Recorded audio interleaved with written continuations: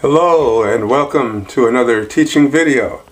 This video will be focusing in again on what the narcissist, specifically two tactics that they do at the beginning of a relationship with them and at the end of a relationship with them.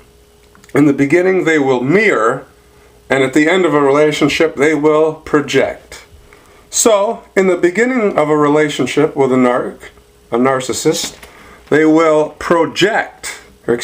mirror your own interests and hobbies and passions back at you, as if you, reflecting you in a mirror.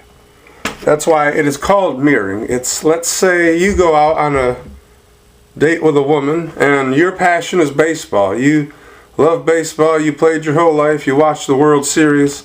She absolutely hates baseball.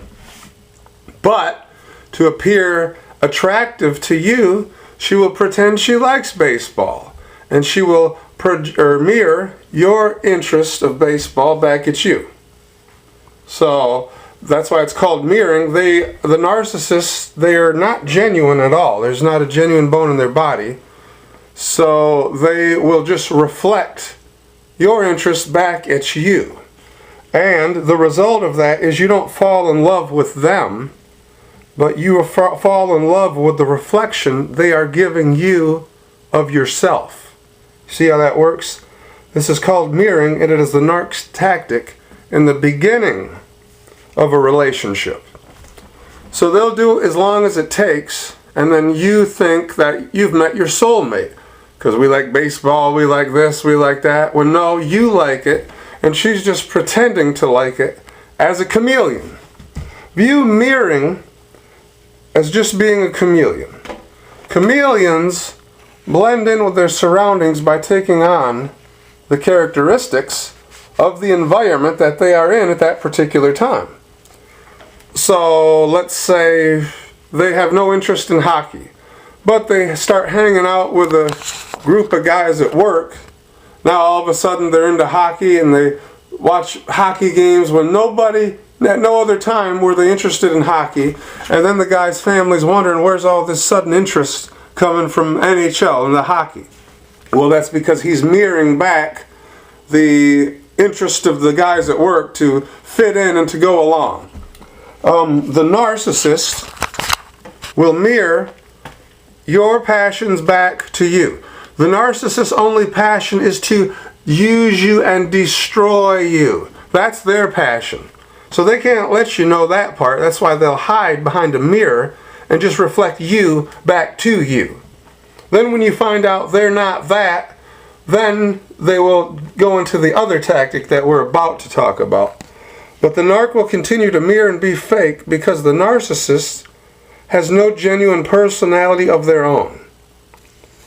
Narcissists are not people. Remember, narcissists are demons. Because only demons get joy and glee off of hurting people and inflicting pain on others. That's what the narcissist and the narcissistic personality disorder does. It'll, rather than just cheat on you to hurt you, it'll cheat on you with your brother to hurt you or a family member. It will do things close to you and try to turn the closest people in your life against you at the end of a relationship as well.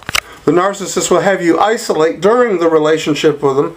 They'll have you be isolated, so if you spend too much time around your friends or your family, they, the narcissist, will use guilt and shame to try to draw you back to them, and then to keep you isolated with them, the only interaction you have. That's what you call a dictator. And history shows that you don't ever give in to dictators, because things just get worse for you if you do. Because when you give in to a dictator, it just shows you're weak. Just shows you will give in to their next outlandish demand. So if you're stuck in a relationship with a narcissist, you need to draw the line and you need to mean it. And the narcissist will know when you mean it. A good example is when I was married to a narcissistic woman for 2.5 years. Whenever there was a slight argument or disagreement, rather than talk things out as adults, when I bring up the truth and how she said this but did this so they don't line up, she would not know how to respond. So she literally would get up and run out the back door and then get in her van and drive away somewhere. It was ridiculous because we had the same problems the whole marriage because nothing was ever resolved. Just more problems were added. It was absolutely terrible. So at the end of a relationship with a narcissist, after you put your foot down and mean it, I didn't finish my example, did I? Well, when I told the whore ex-wife on one of her trips out the back door, I said, I don't need you.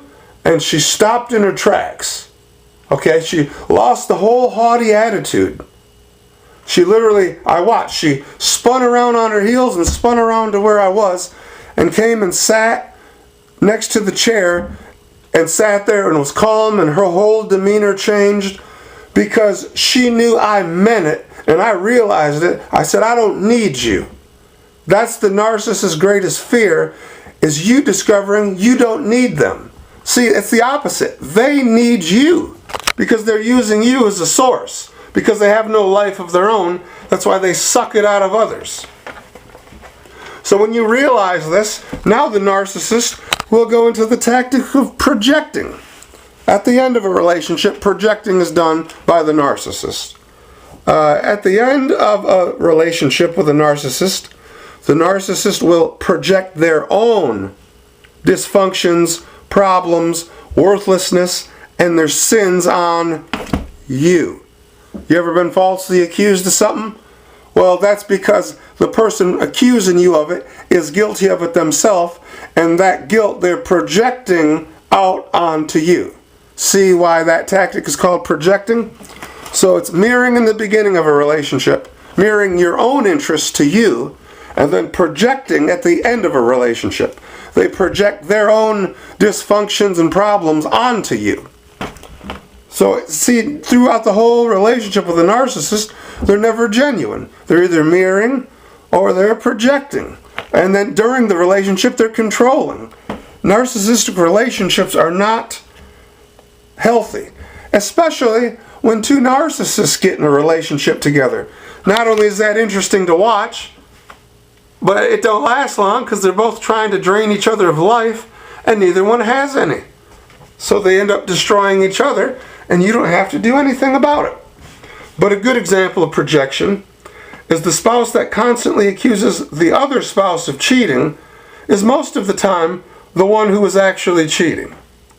At the end of a narcissistic relationship, everything the narcissist falsely accuses you of, they are guilty of in those areas. They are guilty and they're projecting that guilt onto you. What is in them, they then project onto you. Like old movie projector and screen. See, you're the screen, they're the projector, and they'll project their problems, dysfunctions, fears, beliefs, morals, everything in them they'll project onto you, and then they paint you to everybody as the supervillain. You know, you're the next serial killer when you didn't do nothing but stand your ground against a narcissist.